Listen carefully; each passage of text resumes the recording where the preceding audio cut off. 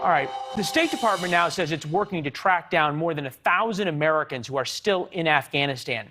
Some of those are trapped in the melee and trapped in Afghanistan right now are reportedly kids.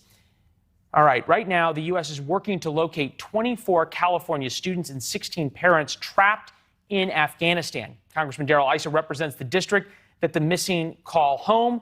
Joins us now. How's it working to get these guys out? Well, we're cautiously optimistic. We've been able to get out of 6 families, a total of 40-ish individuals. We're down to 1 family that has not yet been able to cross, has not been extracted.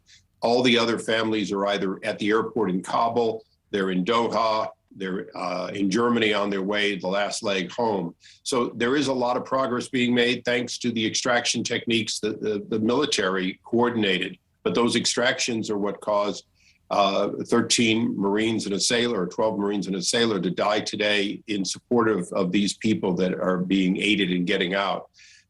They paid the price for this heroic acts that they're doing, and they're going to continue to do it tomorrow. There are others, lots of other Americans. We're still working with the community to identify them.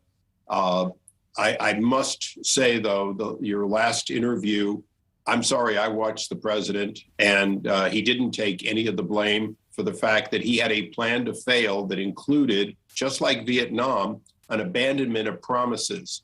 The last administration promised that we would maintain the kind of support for the military that would allow them to defend against the Taliban and others, ISIS-K, until there was an agreement. Taliban made an agreement that they were going to come to a peaceful resolution with the government. They never did that. So the Trump administration, had they been reelected, had no obligation to leave until they kept those promises, and they didn't keep those promises. It kind of it makes you wonder why then our commanders and our president put so much weight in what the Taliban says and in coordinating with them in their word, given the situation you just set up. This, however, is the Taliban today condemning the attack on the U.S. base. Take a listen.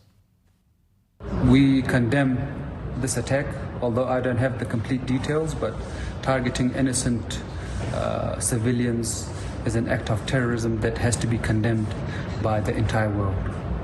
And as soon as the airport situation is figured out and the foreign forces leave, hopefully we will not have such attacks anymore. It is, again, it is because of foreign forces, the presence of foreign forces, that such attacks take place. At times you felt as though the White House and the Taliban have the same talking points.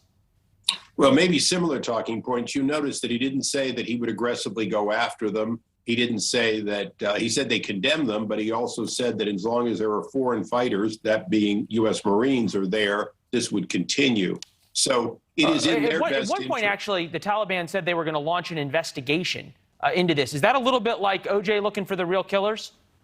Or like Casablanca, round up the usual suspects. Look, it's very clear that it serves their purpose to appear to be moderates at this time.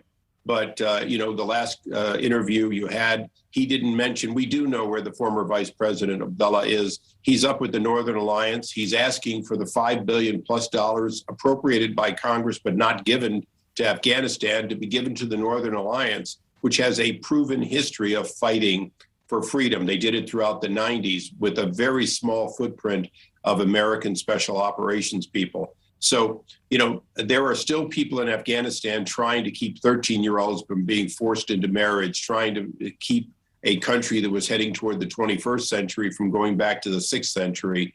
You know, all of us who wanted to keep that small footprint of support, including Bagram, for the Afghan military's ability to insist on there being a true truce rather than this takeover. Yeah. We didn't plan for failure. The president planned for failure, and then he failed even in that plan. And so many troops were withdrawn and then had to go back in. Congressman, we appreciate it. Come back and update us when you get that other family out, all right?